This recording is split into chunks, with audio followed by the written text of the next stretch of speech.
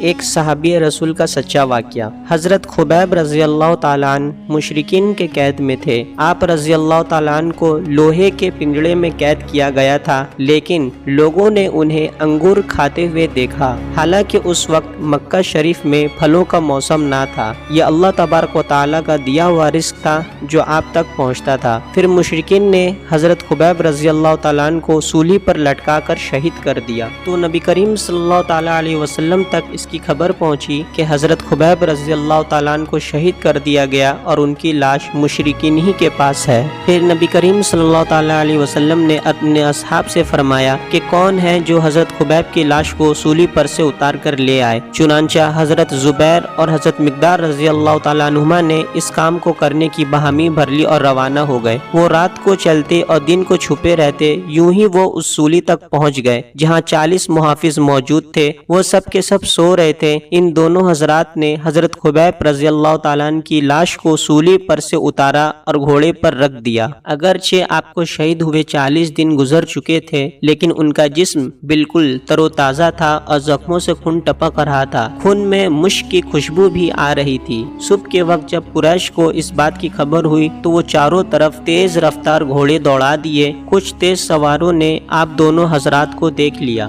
یہ دیکھ کر حضرت خبیب رضی اللہ تعالیٰ عنہ کی لاش کو حضرت زبیر رضی اللہ تعالیٰ عنہ نے گھوڑے پر سے اتار کر زمین پر رکھ دیا۔ لاش کو جو ہی زمین پر رکھا گیا تو لاش کو زمین نگل لی اور سب کے سب دیکھتے رہ گئے۔ اسی وجہ سے حضرت خبیب رضی اللہ تعالیٰ عنہ کو بلیغ الارض یعنی جن کو زمین نکل لی گئی کہا جاتا ہے۔ اس کے بعد حضرت زبیر رضی اللہ تعالیٰ عنہ نے کفار کی طرف منہ کر کے کہا کہ میں زبیر بن عوام ہوں، حضرت صفیہ بنت عبد المطلب میری ماں ہے اور یہ میرے رفیق مقدار بن اسود رضی اللہ تعالیٰ عنہ ہے۔ تمہارا جی چاہے تو تیروں، تلواروں اور نیزوں سے لڑو اور چاہو تو لوٹ سکو۔ چنانچہ وہ کفار لڑے بغیر واپس لوٹ گئے۔ یہ دونوں حضرات نبی کریم صلی اللہ تعالیٰ علیہ وسلم کی بارگاہ میں واپس لوٹ آئے اور سارا ماجرا سنایا۔ اسی وقت جبریل علیہ السلام بھی آپ صلی اللہ علیہ وسلم کے پاس تشریف لائے اور کہا کہ آپ کے دونوں اصحاب کی تعریف فرشتوں کے درمیان بھی چل رہی تھی۔ اگر آپ کو ہماری یہ ویڈیو پسند آئے تو چینل کو سبسکرائب کریں اور اس ویڈیو کو شیئر کریں تاکہ دین اسلام کی صحیح معلومات لوگوں تک پہنچے۔